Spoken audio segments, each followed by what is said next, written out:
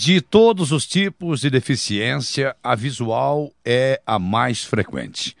Segundo dados do IBGE, mesmo usando óculos ou lentes de contato, quase 36 milhões de brasileiros continuam com dificuldade para enxergar.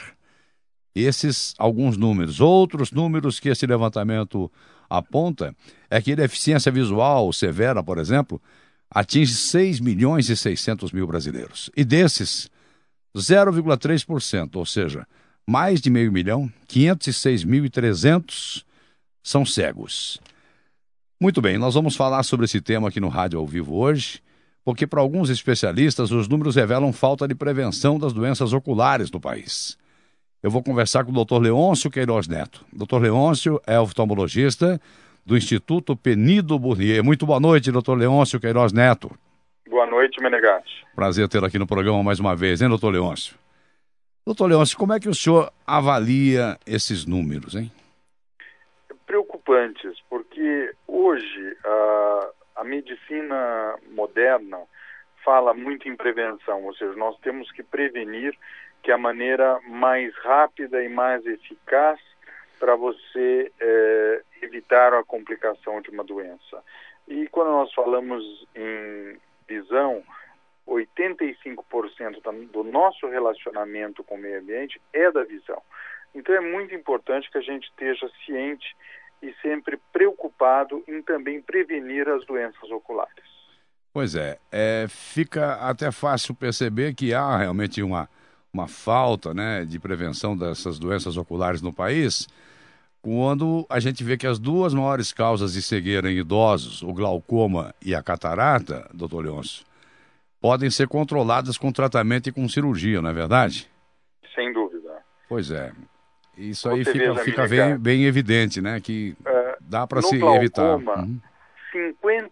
52% dos pacientes que nos procuram, já quando chegam ao consultório oftalmológico, já tem muitas vezes alterações do nervo, já tem a doença instalada e já tem perda de fibras nervosas e perda de visão. Sim. Por quê? Porque o glaucoma é uma doença de diagnóstico do oftalmologista, vendo o fundo de olho, fazendo uma fundoscopia bem feita, medindo a pressão intraocular, é que vai saber o quanto a pessoa está enxergando e se tem ou não glaucoma. Uhum. E muitas vezes as pessoas não buscam nem uma refração, nem a correção do óculos.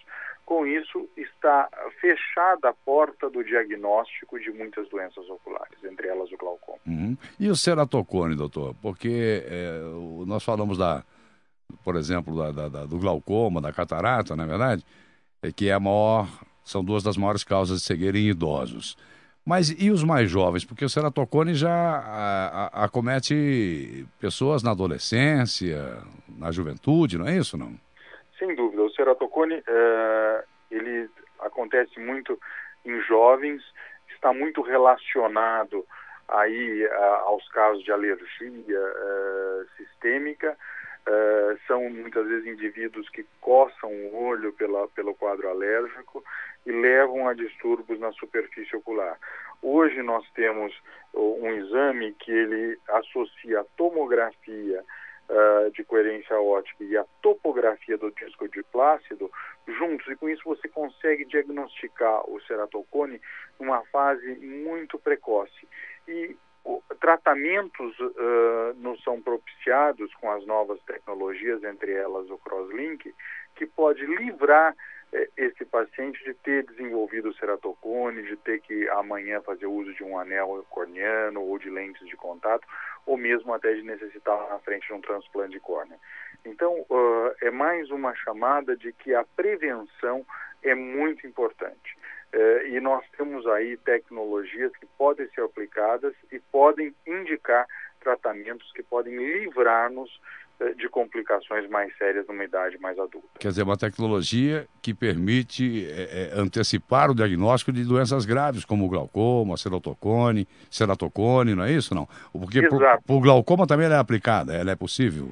Sim, hoje, através desses novos equipamentos, você pode fazer uma tomografia de coerência óptica, medir o ângulo que forma entre o colorido do olho, a íris e a córnea, a periferia corneana, saber classificar melhor esse glaucoma, se há algum comprometimento do cristalino nesse glaucoma, e corroborar para um melhor segmento e um tratamento juntamente com os outros exames da propedêutica do glaucoma.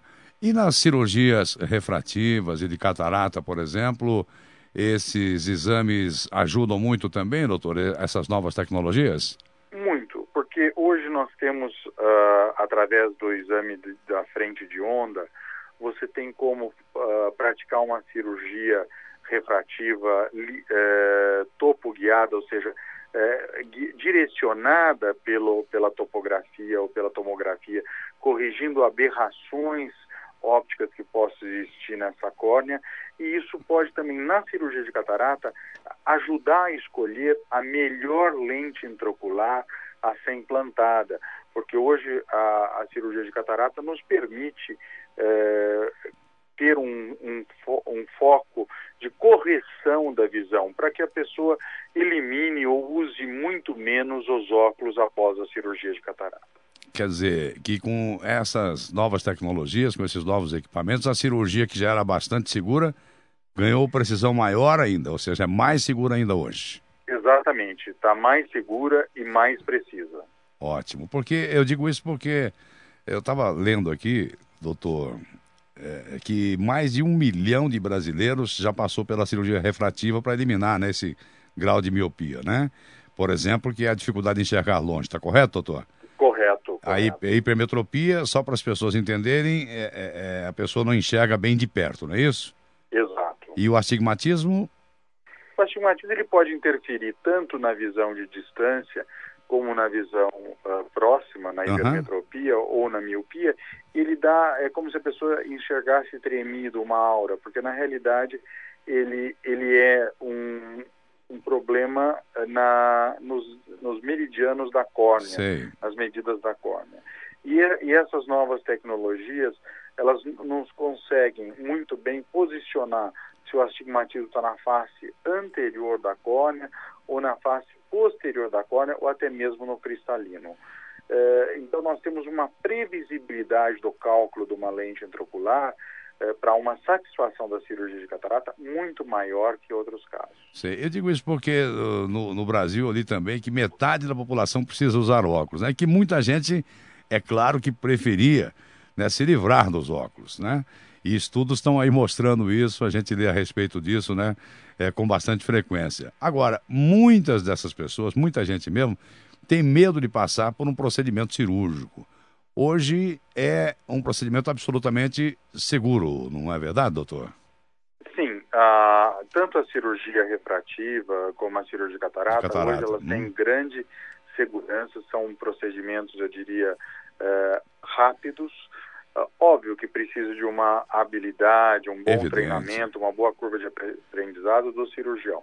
Mas hoje nós temos aí grandes centros e grande desenvolvimento aqui no nosso país. Agora, do seu ponto de vista, quais são os principais problemas da saúde no Brasil? Da saúde dos olhos, estamos falando especificamente, não é verdade, sobre esse tema. Por que essa grande incidência de problemas da visão? Há como se corrigir isso, doutor Leôncio? Olha, eu diria, Menegatti, que hoje o problema principal no tocante à visão é a falta do uso do óculos. Certo. É a mãe se preocupar desde que o filho esteja ali no início da sua alfabetização, no ensino fundamental, preocupada se ele enxerga. Nós vamos medir a acuidade visual, saber se essa criança já não precisa usar um óculos. Sim. Porque apesar de nós sabermos que metade da população brasileira, em torno de